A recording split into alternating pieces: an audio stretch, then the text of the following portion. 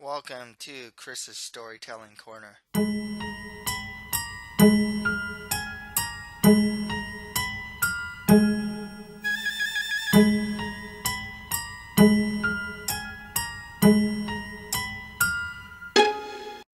My name is Christopher Moldong, and this is Chris's Storytelling Corner. Today I'm going to do a movie review for the 2017 movie adaptation of Ghost in the Shell. Also, check out my manga reviews, my list, and story readings. Next week, check out my manga reviews for Death Note Volumes 10 to 12, which is actually the end of the series, and my list for best gunslingers in anime and manga. Make sure to subscribe, like, and share this channel as well. So, the way that this is going to work is I'm going to do a recap of the movie and then give my thoughts on just various things that happened in uh, the movie, casting choices, some of the ideas and whatnot that went on to this movie. Um, I, Not too long ago, too, I did watch the original Ghost in the Shell actually in theaters. So we'll have a little compare and contrast of the characters and whatnot of the movie with the anime movie as well. So let's go with the recap. The story begins with Major being put into her cybernetic body. Major is played by, of course, Scarlett Johansson. Um, over the objections of her designer, Dr. Olette, played by Juliette Binoche, Henka CEO Cutter decides to train her as a counter-terrorism operative. We go to 1 year later where she works for Section 9, working alongside operatives Bato, Togosa, and they work under Chief Daisuke Aramaki. She carries out a mission for Section 9 involving a Henka business conference. A Henka scientist is the host of the conference, and a geisha robot attacks and hacks into him. So Major, same with the anime, she does this big jump, and she gets inside the building where the scientist was. So Major gets in the building, kills the geisha, and the geisha is sent to the lab. The Major does something called a dive, where she goes pretty much into the robot, pretty much. So she goes into the geisha and almost gets counter-hacked until her partner Bato disconnects her.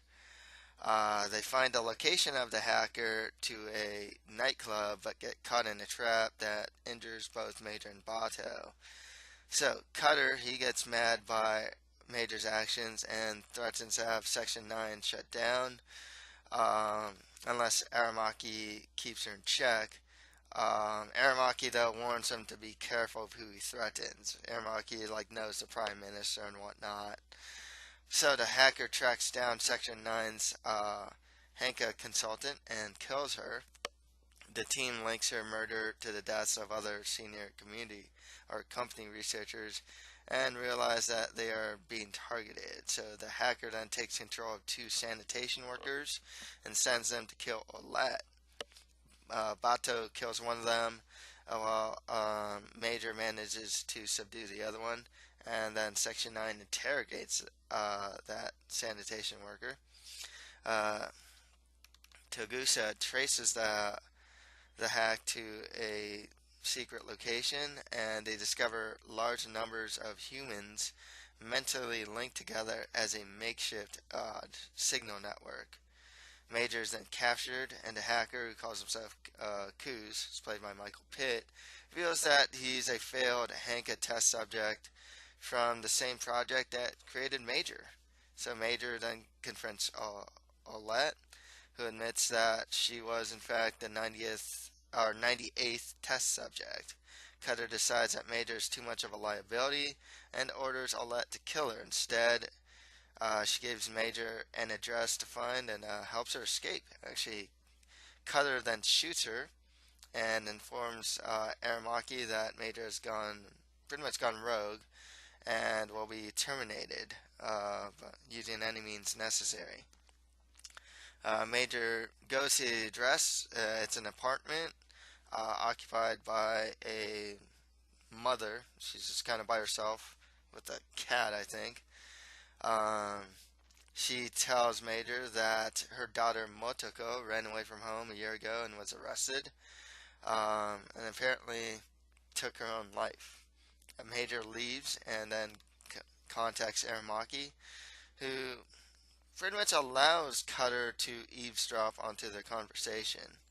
So Abato, Togusa, and Aramaki, um, they're targeted by Cutter's men, but each survive to get an attempt to pretty much get them killed. And Major follows her memories to the hideaway where Motoko was last seen. She meets Kuze there, and they recall their past lives as anti-augmentation radicals who were pretty much kidnapped and abducted by Henka to use as test subjects. Cutter then brings out the spider tank to kill them, and Kuze nearly dies before Major is able to disable the tank in a scene very similar to the um, 1995 Ghost in the Shell anime movie. She loses her left arm in the process. Um, Kuze then offers to merge his ghost with Major's before a Hanka sniper just kills him, shoots him down, and then Bato and the team rescue Major, while Aramaki kills Cutter with Major's permission. The next day, we see Major pretty much embraces her identity as Motoko, reconnects with her mother, and returns to work with Section 9. She's on top of a another building, like pretty much we're close to the start of the movie. So, some thoughts. So this is an adaptation, not a reimagining. A lot of what happened in this movie, you can see pretty much. I don't want to say line by line, but just like scene by scene happened. The part with the sanitation workers, the fight with the sanitation worker, uh, that's like scene by scene. A lot of the events that happened, fighting the spider tank, jumping off the building, pretty much scene by scene. So a lot of the same things happened in the 1995 movie along with this movie. They added where she sees her mother. That's not in the 95 movie. They kind of explore the whole human versus machine thing quite a bit. One of the criticisms that this movie actually gets, and I do agree with it, is that they pretty much beat you over the head with the fact that there is a ghost, and you know, Major's ghost is inside of a shell. They always just kind of reaffirm this fact that there is indeed a ghost in the shell. That was probably one of the more negative things I felt about the movie. Um, but speaking of Major Myra Killian, in the original there's Motoko Kusanagi, who is the identity of Major. Some of the comparisons really are that they're both just, well, there's more contrast in comparisons. One thing with Major, like Scarlett Johansson's Major, is that she's kind of trying to identify herself. Is she human? Is she machine? By the time Ghost in Shell, the anime started, Motoko more or less just embraces the fact that she's a machine and that she works for Section 9 and just kind of does her duties with, you know, no real resistance, no real, like, not like thinking, oh, am I this, am I that? She's just kind of like, here I am, this is who I am, let's do what we need to do. Major's a little more conflicted throughout the whole movie about who she really is. Um, Also, the thing with Scarlett Johansson's Major is that she You can see it throughout the movie too that she moves in a really deliberate way, and her actions, from the way she walks to the way she talks, is very deliberate. She'll sometimes hunch over, sometimes. It's a bit enigmatic, actually. I don't really know what to make of it. I kind of see what she's trying to do, but like, she just really always she always seems really cautious for one thing too. Her buddy Bato is, in the anime, he gets some ample screen time, and pretty much does the same that he does here. I always thought in the anime that it seemed like he had a thing for Kusanagi. Over here, I don't know if he had a thing for her, but he's definitely Major's right hand man. He's really well played. I mean, he's just kind of like a cool customer, uh, getting in a fight, always by Major's side. I really and he played that part well. Um, has some humanity to him too. He's feeding the dogs. He tries to crack jokes with the Major, even like cracks a smile with her and whatnot. I really liked his job actually in the movie. You got to see villains like Cutter. Um, Cutter's pretty one-dimensional in my opinion. He's just kind of like he acts like the antagonist. He's not someone to sympathize with. He definitely sees Major as a tool that they pretty much created and will make more of in the future. And yeah, he's just kind of like the bad guy, whereas like in the anime you had the puppet master, and the puppet master was not so it was not like super evil or anything like that. He wasn't just like a bad guy. And by the end of the movie, in the anime also, um, I mean, he gets into Motoko Kusanagi's body, and by the end of the movie, there's both her and a puppet master shared into like that one ghost. So but he didn't do things just to be like evil or to for the betterment of the company or whatever like that. Um, the puppet master character, though, in this movie was Kuze. He's a terrorist hacker. Um, he's kind of got that thing that Mater's got going on. Kind of conflicted. Um, very, very much like a ghost in a different way, though, because he keeps like you can't really see him. He's kind of hard to find. He's like invisible in a sense. So he's a different type of ghost. Um, but he made it was kind of weird because I was kind of expecting his character to be like the puppet master, and I was actually expecting him to like what is it, like fuse into or merge into like Major, and that didn't happen. That actually kind of threw me off. But by the time that the ends or the scene where he got sniped at happened, I mean he was just kind of different. It's like, oh hey, I was this runaway, that was pretty much captured, and this is what happened to me. So he had a different thing going on than the puppet master did. We also had a lot more Professor Olette. Uh, very much, she's a human, and she played her part really well actually. She was something of the mother figure to Major, and seemed to have deeply cared about her too. And by the time she died, it's figured out that she was very much human, and obviously acted the most human out of most of the characters here, and that's one of the biggest things about this whole thing. Like, what does it mean to be human versus what does it mean to be machine? And the original Ghost in the Shell, the 1995 one, anime movie, tackled that issue too. Like, because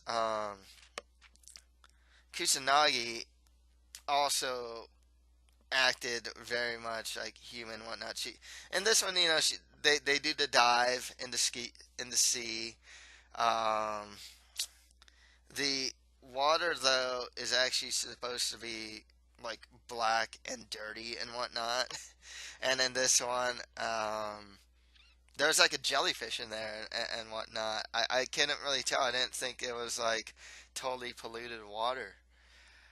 Um, but yeah, that man. What does it mean to be human? What does it mean to be machine? That was explored in this movie quite a bit. The idea of like identity and like who you are, um, what and what do your actions say about you as a person or as a human, I guess. It is explored enough. One of the criticisms, also, negative criticisms about this movie, is that you get these themes, like what does it mean to be human, what does it mean to be machine, you know, how does identity shape you, and some of the bigger criticisms uh, from some different critics were that like these issues weren't explored enough in the movie. They present them to you, and then everything's kind of put in this neat little package by the end. Um, Major kind of accepts who she is, does her mission, and reconnects with her mom, and everything's just hunky dory. And I know a lot of critics just kind of thought like, oh well, you can't tackle something like this and and let it end that way. That wasn't good, apparently. Um, Watching the original Ghost in the Shell, though, I would actually argue that this movie, at least comparatively, tackles, like, what does it mean to be human versus machine a lot more than the 1995 anime. Um, the fact that she sees her mom, she's always just kind of talking about it. Um, and like I said, it's always kind of just beat in our heads that like she does, there's a human ghost or a ghost inside of her and whatnot. Um, and that's a lot of the movie too. It's like who she is, um, and really like what is her like I guess mission, or not really mission, but I guess what is her purpose in this, and pretty much like in this world it supposed to be. Even though we're beat over the head by the fact that she's the first of this like type, and that they plan to make more like Major. Um, Universally, though, one of the things that is looked upon positively was the city of Newport City. Comparatively with the anime was a mixture of hand-drawn style animation and CG, um, and it is like really beautiful to watch. The anime the city is pretty beautiful to watch. I can't believe a lot of that is hand drawn and it's created that way. It's its own character. In this movie, though, wow, they can be walking along the streets and the city is just amazing. I gotta wonder how much this all costs, because you'll see just these ads and they're these like holographic people or things or images and whatnot that just kind of pop up. They're gigantic. I mean, it was a sight to behold to see this version of Newport City. Like I said, they can just be walking along the street and something just pops up, and the city really is. Um, its own character. Uh, you know, looking at the uh, the way that they used the city, in here, along with like the 1995 um,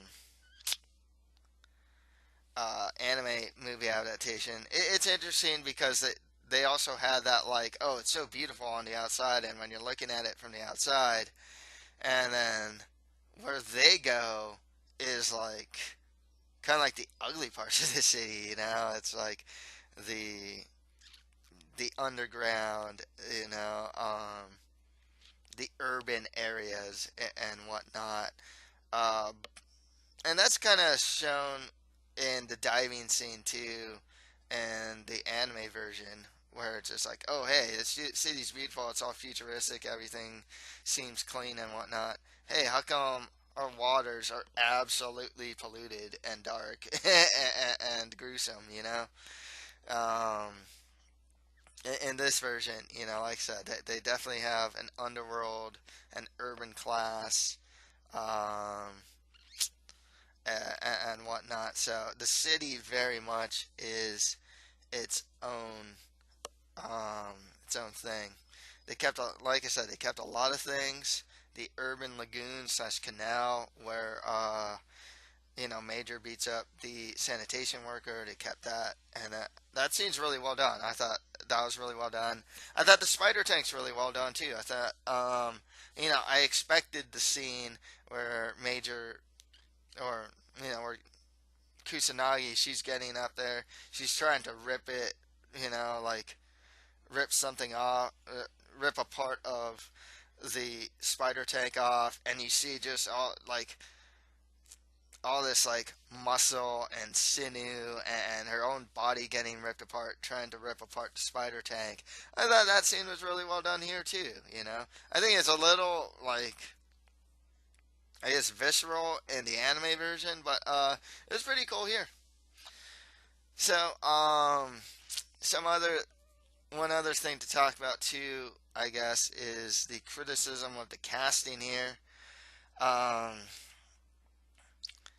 Obviously, one of the big talking points of this movie was casting Scarlett Johansson as the lead.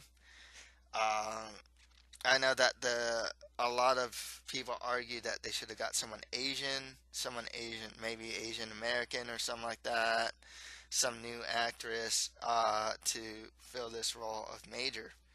Um, if I'm not mistaken, I think the director was fine with it. I know like elsewhere. I believe they interviewed some people from Japan. They were actually cool with it. It's like, okay, hey, it's their movie. It's being made in America.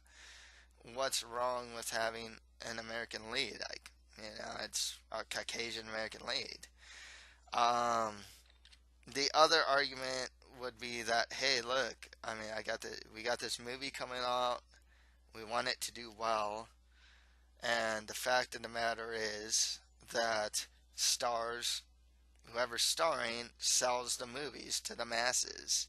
They want to sell it to the masses, not just that niche who has seen, or that know about Ghost in the Shell. So the counter argument obviously is like, hey, if the movie's good, that's gonna sell itself.